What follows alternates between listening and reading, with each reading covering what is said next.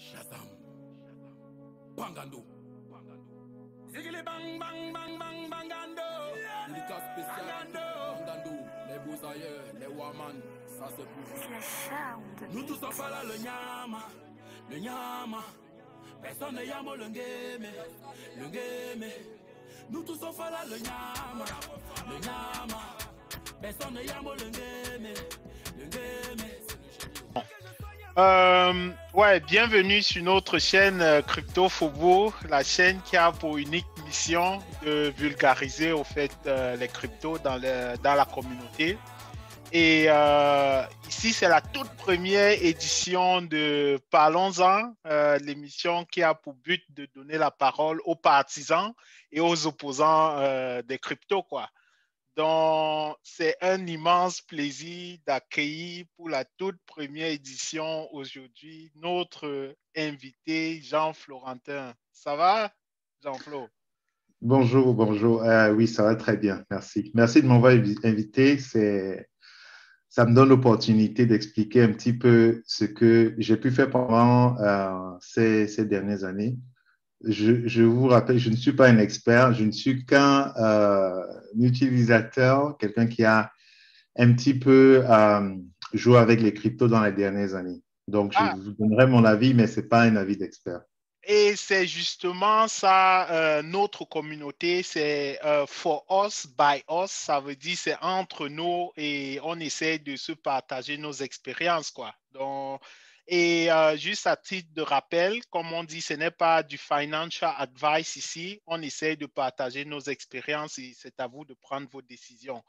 Ouais, donc comme je disais à l'introduction, on donne la parole aux partisans et aux opposants. Donc, pour commencer, on aimerait savoir si Jean-Flo est un partisan ou un opposant des cryptos. Moi, je dirais que je suis partisan. Tu es partisan. Oui, Ah, clairement. super, super. Parce que les cryptos, c'est quelque chose, bon, ça évolue beaucoup, ça monte, ça descend, donc il faut vraiment être partisan pour continuer. Si tu n'es pas motivé, si tu n'as pas le cœur solide, tu vas lâcher, hein, c'est clair. Parce que Voilà. c'est pas un investissement traditionnel. Hein, ça monte beaucoup et ça dépend.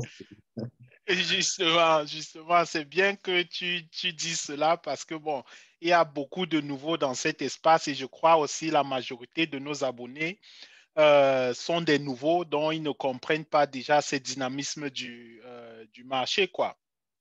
OK. Donc, étant partisan des cryptos, ça veut dire que tu es déjà plus ou moins engagé. Et donc, on aimerait un peu comprendre déjà depuis la genèse, comment est-ce que tu as entendu parler des cryptos? Est-ce que tu as directement investi dans les cryptos et un peu, donc, bref, au fait, une petite histoire depuis la genèse jusqu'à l'achat.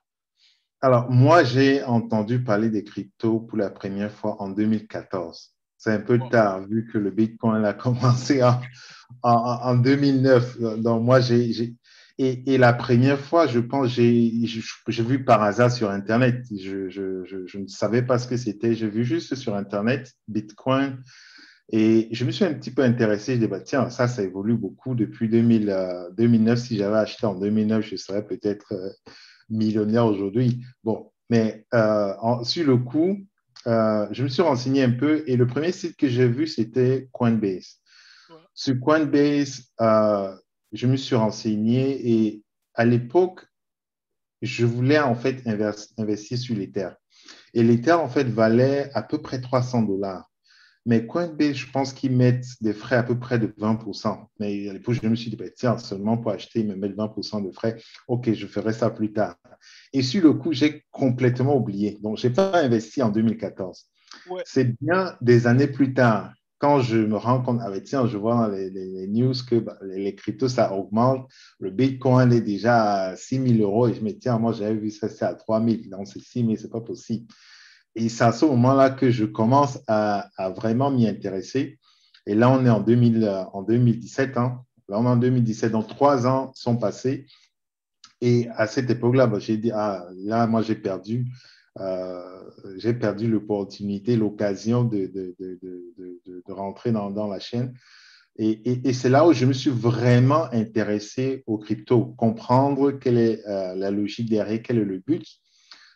C'est pas simplement une monnaie qui est utilisée sur le dark web, mais c'est quelque chose, voilà, il y a vraiment une utilité derrière. J'ai commencé un petit peu à regarder certains projets et un projet qui a attiré mon attention, c'est le projet de Telcoin. Telcoin, c'est une crypto qui était créée par un groupe de Français et en 2017, ils ont lancé le projet, je pense en février 2017. Et voilà, 2018, pardon. Donc, fin 2017, début 2018. C'est là où vraiment je commence à m'intéresser. Et donc, j'ai dit, bah, tiens, ça, c'est un bon projet. Ils ont mis en place un système qui permet de faire le transfert d'argent à moindre coût. Voilà, si tu regardes le montant qu'on envoie chaque année au pays, bah, c'est 2 ou 3 fois le PIB. Donc, voilà, c'est un gros potentiel. Et s'ils veulent faire ça à l'échelle mondiale, c'est énorme. Et ils utilisent en fait la puissance du mobile money. On voit bien comment Orange fonctionne au Cameroun, comment MTN fonctionne au Cameroun. Et donc, ils utilisent ça en fait pour pouvoir faire le transfert d'argent de téléphone à téléphone, d'où le nom Telcoin.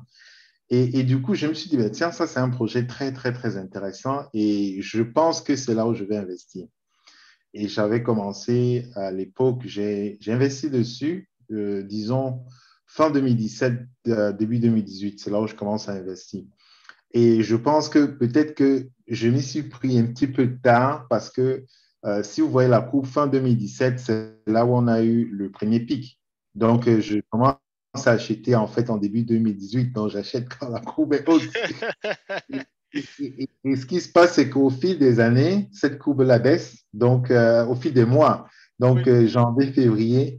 Mais je suis téméraire. Je dis, bah, tiens, je dois continuer. Tel coin, c'est l'avenir.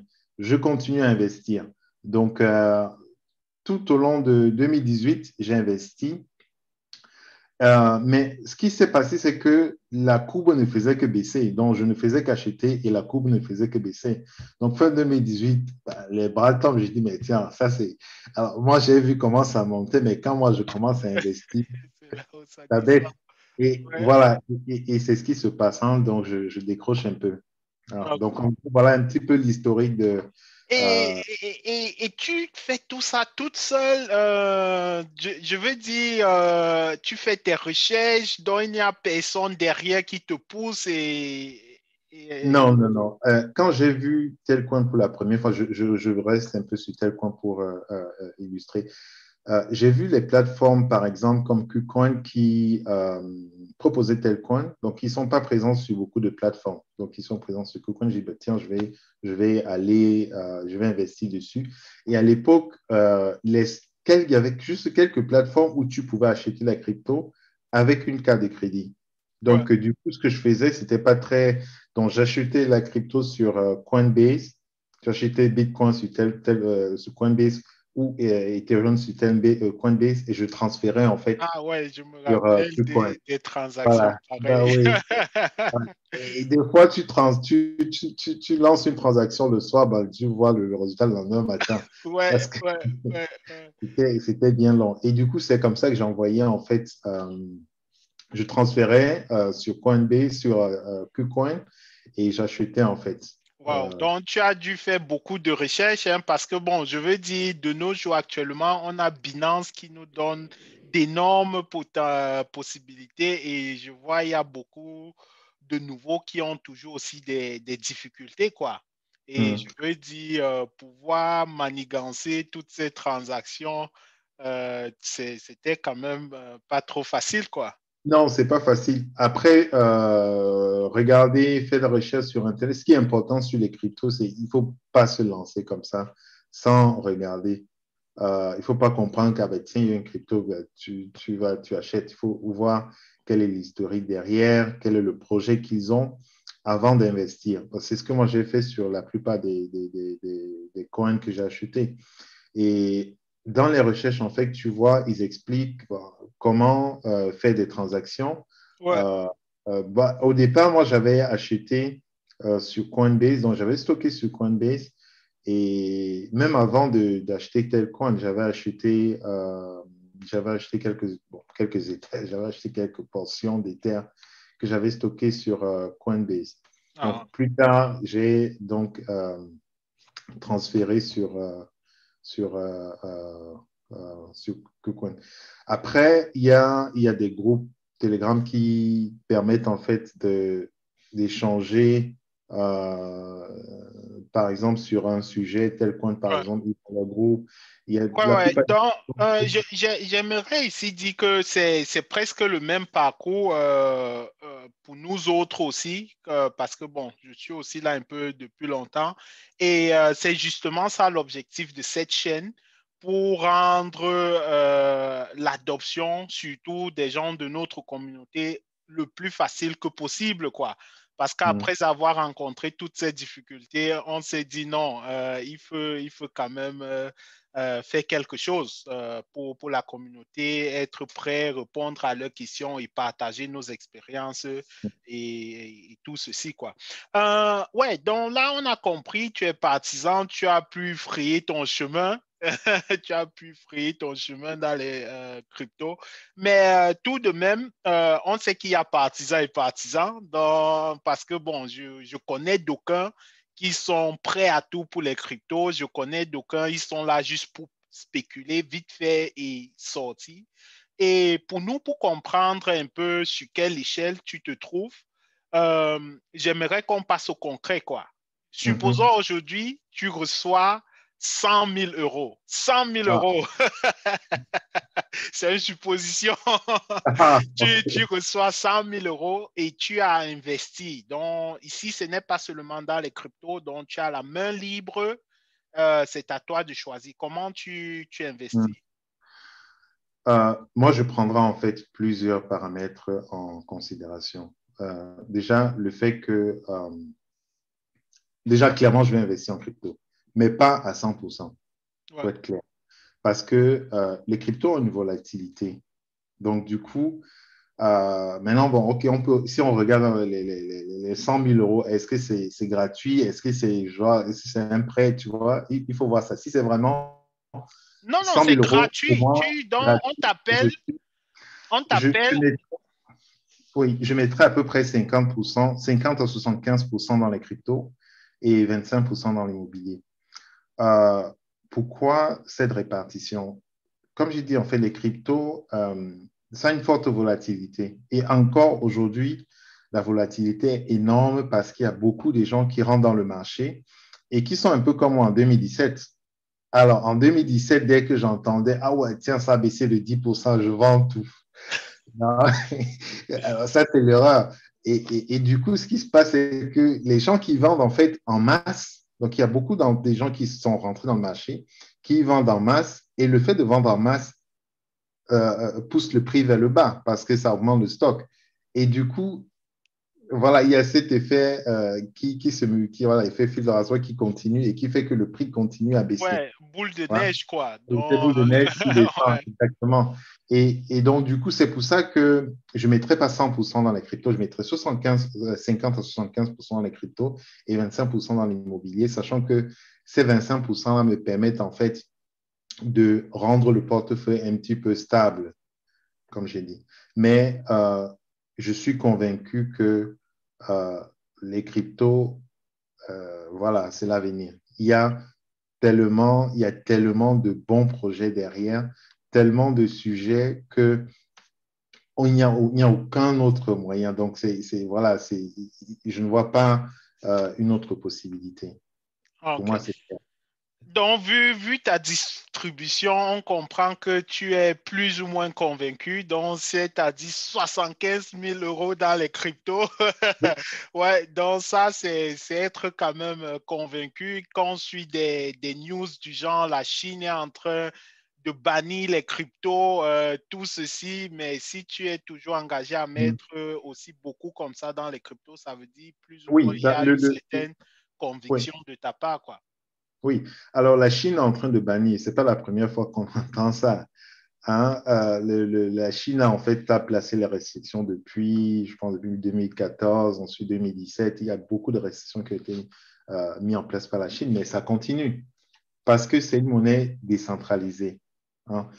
Donc, ça veut dire quoi? Ça veut dire que tu ne peux pas contrôler. Il n'y a personne qui dit bah, je contrôle. Après, il y a des gens qui vont contrôler via les médias en disant, pas contrôler la crypto, mais contrôler en fait les gens qui investissent dedans, hein, influencer un petit peu leur comportement en disant bah, tiens, moi, j'y crois pas. Et comme en fait c'est un influenceur, bah, les gens vont le suivre et puis vont commencer à vendre. Mais contrôler la masse, comme on contrôle la masse monétaire, ça, c'est impossible. Et c'est pour ça que je pense que malgré toutes les restrictions qui vont être mises en place, que ce soit en Chine, en Europe, les cryptos vont continuer. OK. Là, il n'y a aucun doute. OK, super. Tu disais tantôt 75% de 100 000 euros, tu les mettras dans les cryptos. C'est quoi la répartition? Tu achètes quel coin?